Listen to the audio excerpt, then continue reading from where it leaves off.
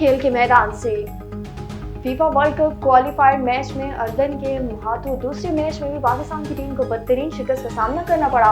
Earthen की दारुल हुकूमत Oman के इंटरनेशनल स्टेडियम में होने वाले वर्ल्ड कप क्वालिफायर मैच में पाकिस्तानी टीम ने गुज़श्ता मैच की तरह बुरी कारकर्दगी का मुजाहरा किया, जबकि मेजबान टीम के मैच के आगाज में ही चारखाना मोड़ में खेली और टाइम खत्म होने तक पाकिस्तान को संभलने का मौका न दिया। अर्दन के खिलाड़ियों ने पाकिस्तानी गोल पॉइंट पर ताबड़तोड़ हमले किए। मैच का पहला गोल मूसा अल तमारी ने 15वें मिनट में किया और अपनी टीम की जीत में हिस्सा डाला। दूसरा गोल यासान अल नेमत ने पेनाल्टी किक में 28वें मिनट में किया। मैच का पहला हाफ खत्म होने वाले अर्दन ने 2-0 की बढ़तरी हासिल कर ली।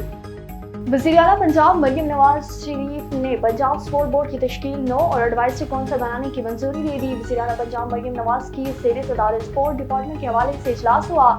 इजलास में सूबाई वज़ीर मरियम औरंगजेब, साबिक सेनेटर परवेज रशीद, सूबाई वज़ीर इत्तलात उस्मा बुखारी, सूबाई वज़ीर खेल फैसल अयूब खोकर, MPA सानिया आशिक, सेक्रेटरी स्पोर्ट्स और दीगर हुकाम शरीक हुए। इजलास में स्पोर्ट एडवाइजरी कौंसिल बनाने का फैसला किया गया, जिसमें साबिक खिलाड़ी और तलबा मेंबर होंगे। वज़ीर आला पंजाब मरियम नवाज ने हिदायत की कि खेलों के फरोग और ट्रेनिंग के लिए मुल्की और गैर मुल्की कोचेस की खिदमात हासिल की जाएं।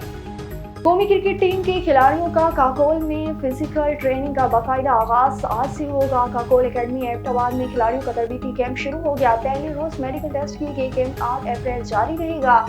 Pakistan cricket board camp Pakistan army के ताउन से मुनक्किद कर रहा है। कैंप में खिलाड़ियों को आने वाली सीरीज और T20 वर्ल्ड कप तक के लिए तैयार किया जाएगा।